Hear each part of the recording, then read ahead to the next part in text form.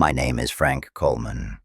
I'm 58 years old, and for the last 6 years, I've been working nights, mostly security gigs. It's not a career path you pick out of a catalog. It's just where you end up when your knees can't handle roofing anymore, and the pension isn't quite what you figured it'd be.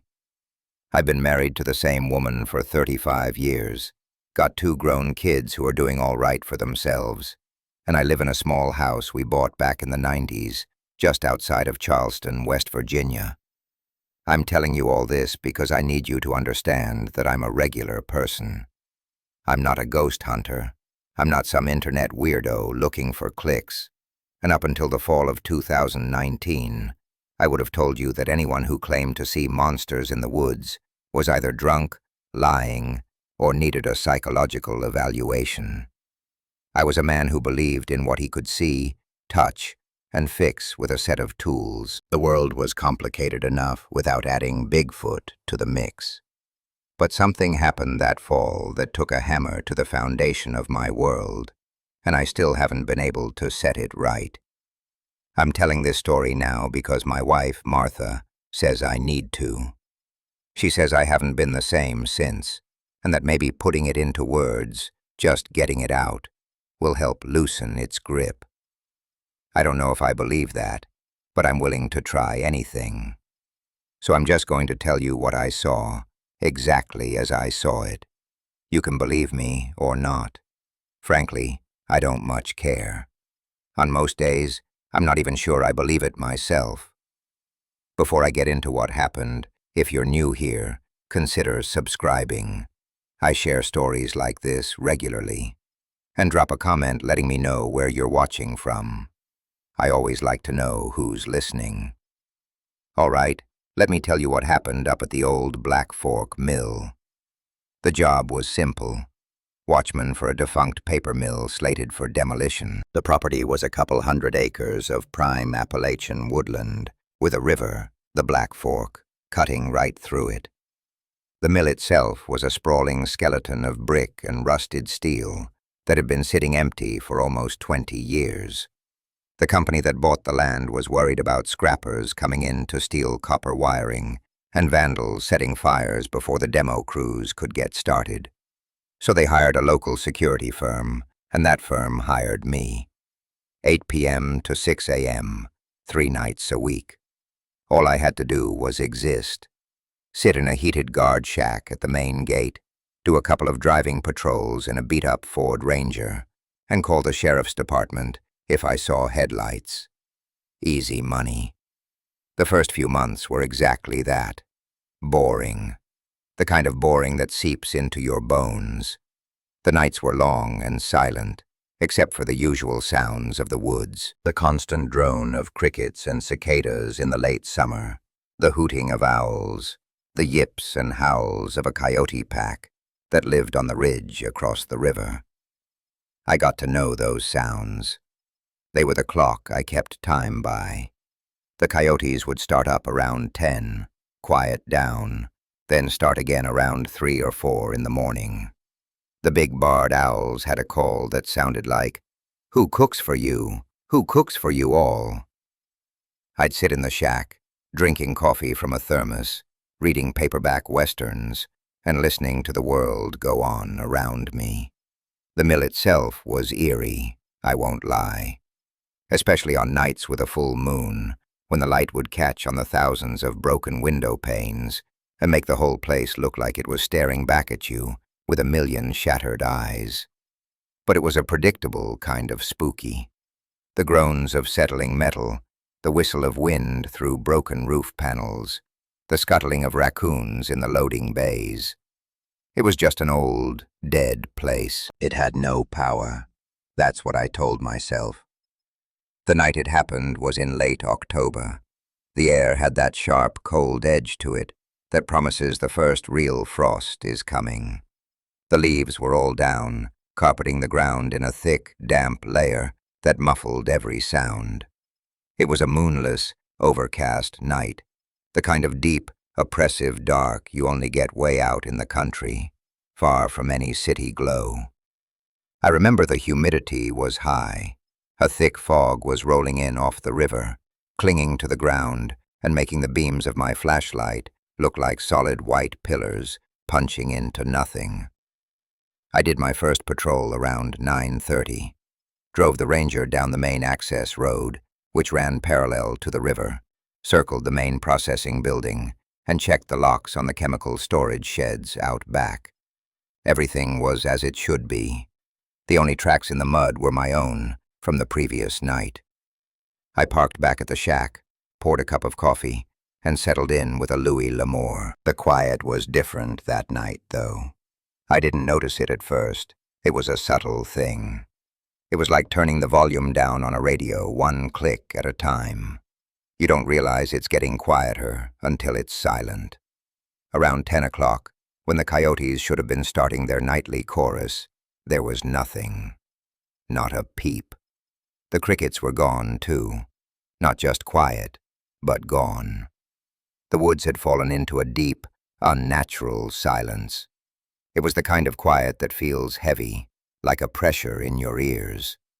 I've been a hunter my whole life. I know what it means when the woods go silent like that. It means a predator is moving. A big one. My first thought was a bear. There were plenty of black bears in the area. Maybe a big male was wandering through, and all the smaller critters were smart enough to shut up and lay low. It was a sensible explanation, and I held on to it. I stepped out of the shack, just to listen better. The air was dead still and cold. The fog was so thick, I could barely see the tree line 100 feet away. And the silence was absolute. It was the loudest silence I've ever heard.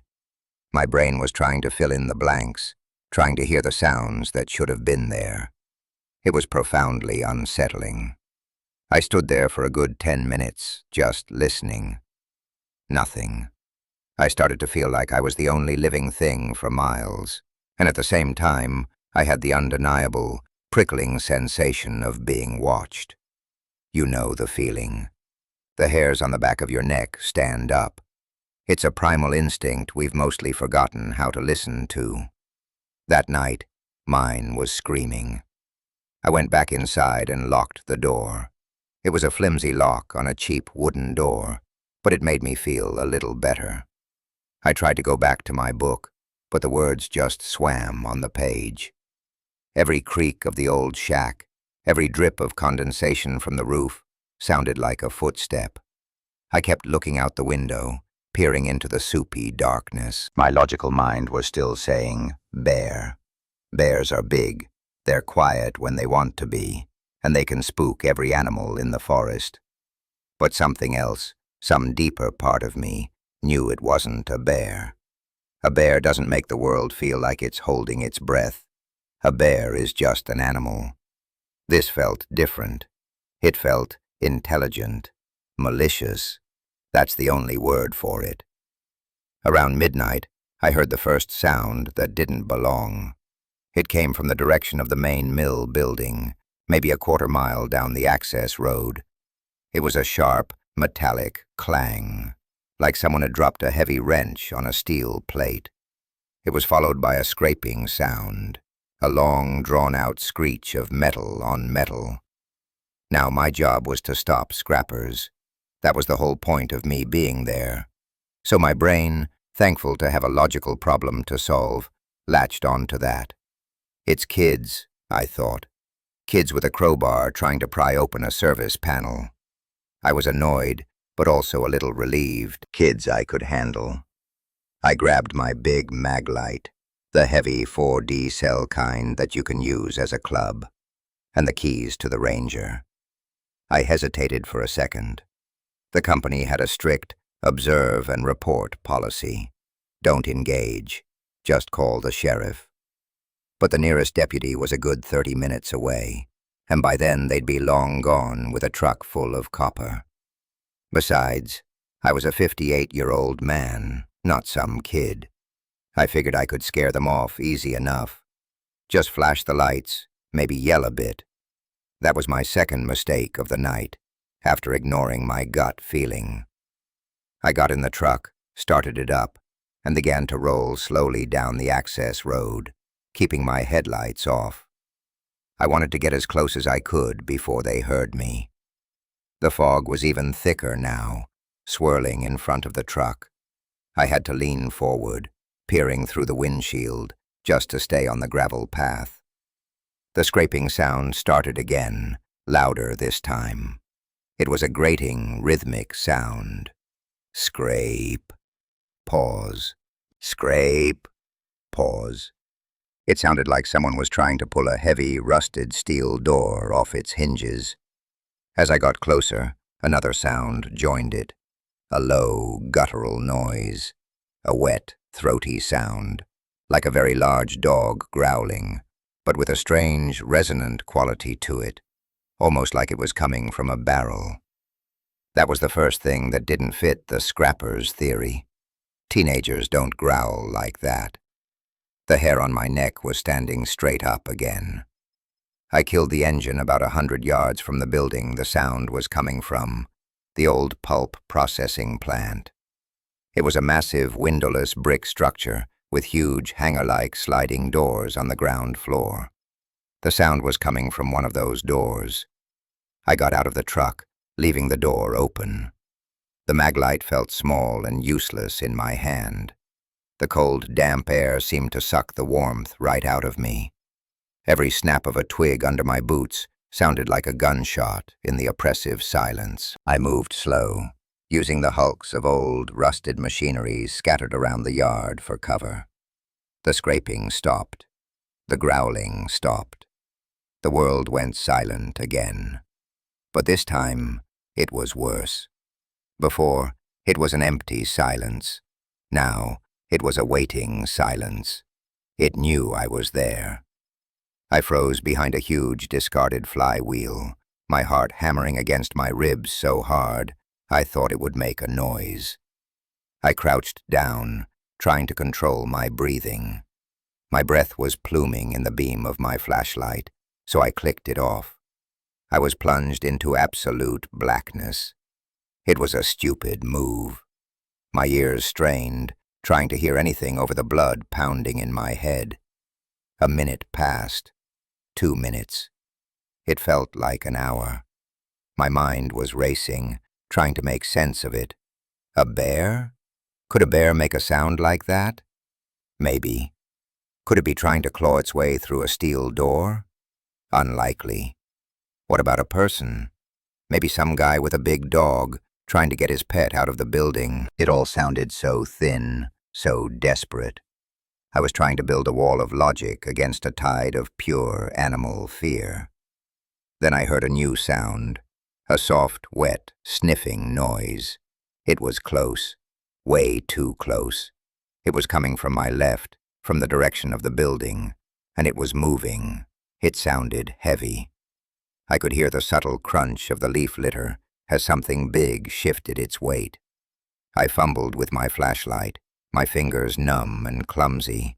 I clicked it on, sweeping the beam wildly in the direction of the sound. The beam cut through the fog, illuminating a small circle of damp ground, a patch of weeds, the rusted side of a dumpster. And then I saw it, or part of it, a leg. It was only for a second, as the beam passed over it. It was standing just at the corner of the building, not 20 feet from me. My brain tried to process what I saw. It was long, covered in dark, matted fur. But it wasn't a bear's leg. It was bent wrong. The joint was backward, like a dog's leg, but it was much, much longer. The foot, or paw, I don't know what to call it, was huge, with long, dark claws that were digging into the soft earth. I didn't see it and think, dog. I saw it, and my mind just short-circuited. It was a shape that shouldn't exist. I couldn't breathe. I was completely frozen. My body understood the threat long before my conscious mind could accept it. This was a predator, the kind of predator our ancestors hid from in caves. I slowly, carefully began to back away. I didn't take my eyes off the corner where I'd seen the leg. I took one step back, another.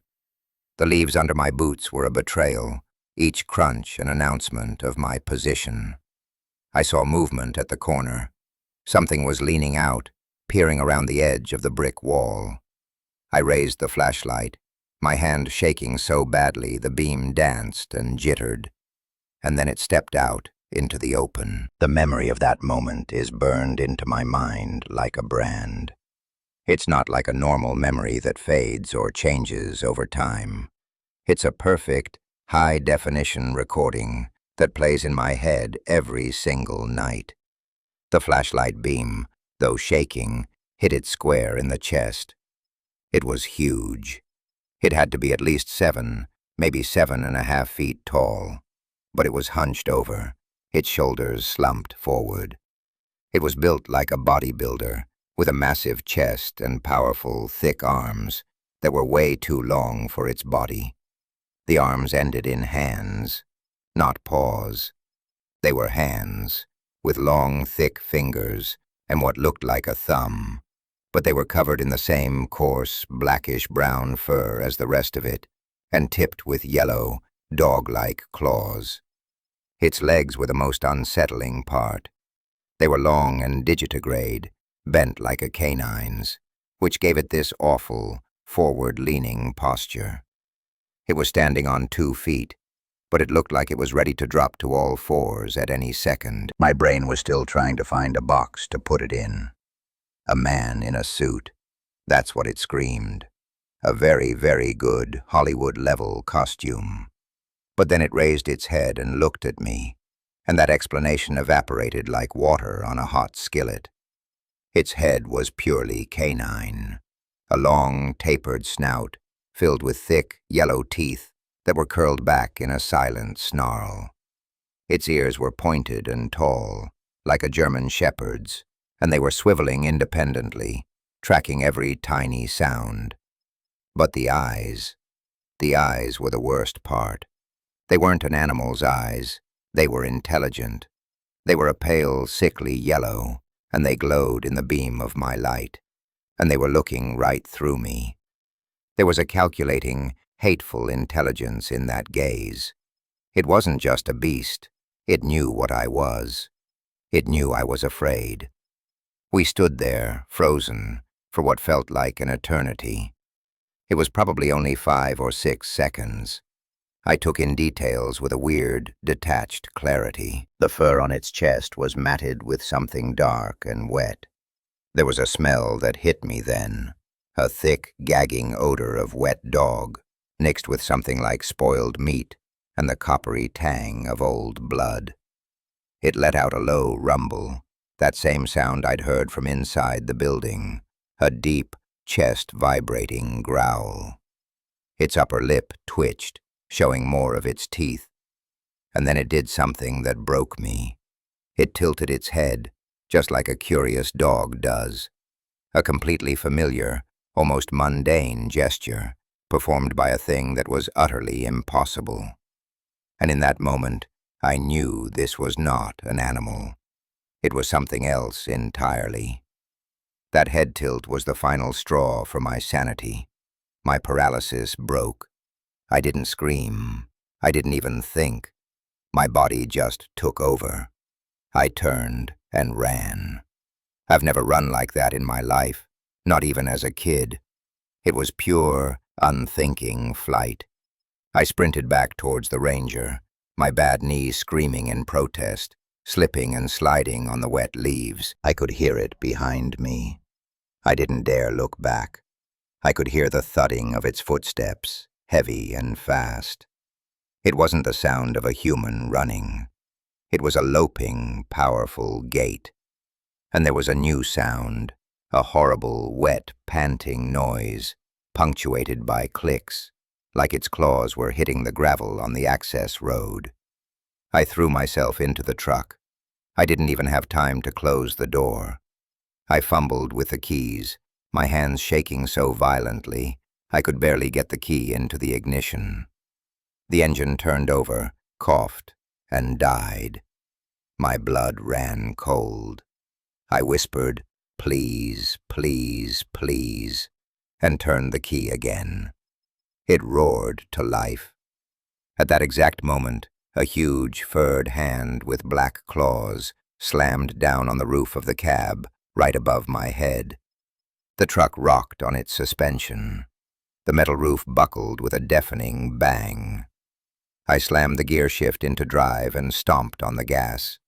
The tires screamed, spitting gravel, but they caught. The truck lurched forward. I risked a glance in the rearview mirror as I fishtailed down the road. It was standing there, in the middle of the road, illuminated by my tail lights. It wasn't chasing anymore. It was just watching me go, its yellow eyes glowing in the red light. I didn't slow down.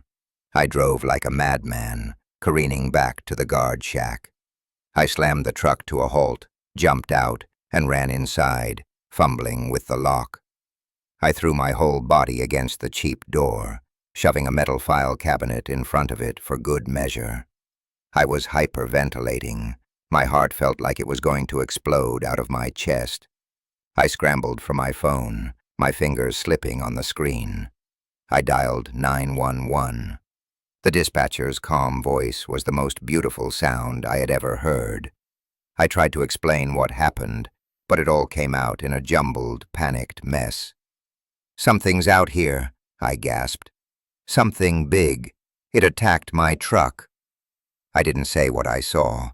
I couldn't. How do you tell a 911 dispatcher that you were just chased by a 7-foot-tall wolf man? I just kept saying, "Animal. A huge animal." She told me to stay on the line and that a deputy was on the way. The next 30 minutes were the longest of my life. I sat on the floor in the corner of the shack with my back against the wall, holding the heavy maglite like a club. I turned off the lights in the shack so I could see out, but not be seen. The fog was still thick, but it was thinning in places. I just stared out the window at the tree line, waiting. I could hear things, or maybe I was imagining them. A branch snapping in the woods. A soft scraping sound against the outside wall of the shack. I couldn't be sure. My mind was playing tricks on me. But the one thing I was sure of was the smell. That awful, rotten, wet dog smell. It was faint, but it was there, wafting on the night air. It was out there, somewhere in the dark, and it was watching me. When I finally saw the headlights of the patrol car coming up the long drive, the relief that washed over me was so intense, my knees almost gave out. A young deputy, looked like he was barely out of his teens, got out of the car. His name tag said Miller. He had that cautious but slightly bored look that cops get on a slow night. "Evening, sir. Got a call about a disturbance?" he said, his hand resting on his sidearm. I stumbled out of the shack, still shaking. I tried to sound calm and rational. I told him I thought some scrappers were on the property, that I went to investigate and was charged by a very large, very aggressive animal. I pointed to the truck. "It hit the roof of my truck," I said, my voice cracking. He walked over with his flashlight and shined it on the cab. His eyebrows went up. There was a massive, concave dent right over the driver's side, with 4 long, deep gouges scraped through the paint, down to the bare metal. The gouges were parallel, about an inch apart. "Whoa," he said, running a gloved finger over one of the marks. "What in the world did that?"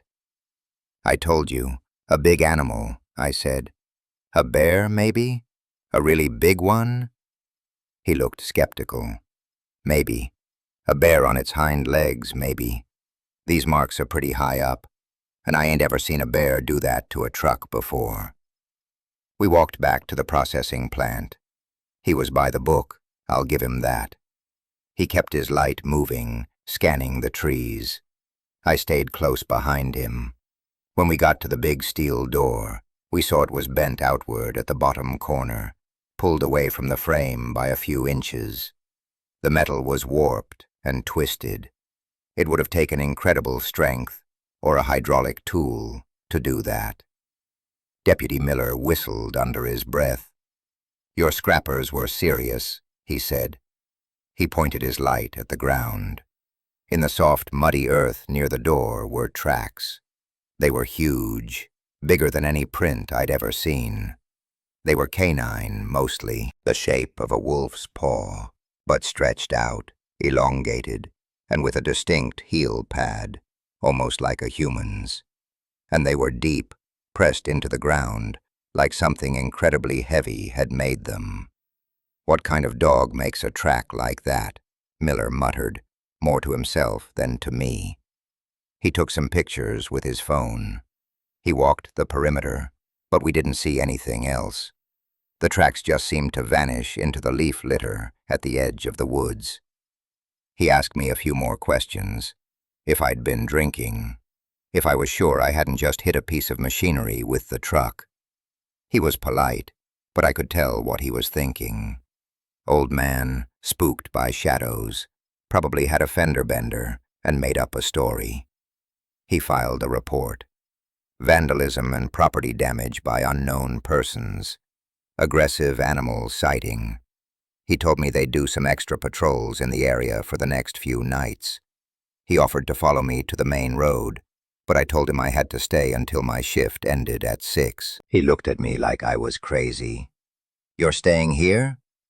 I just nodded. I wasn't going to get fired over it.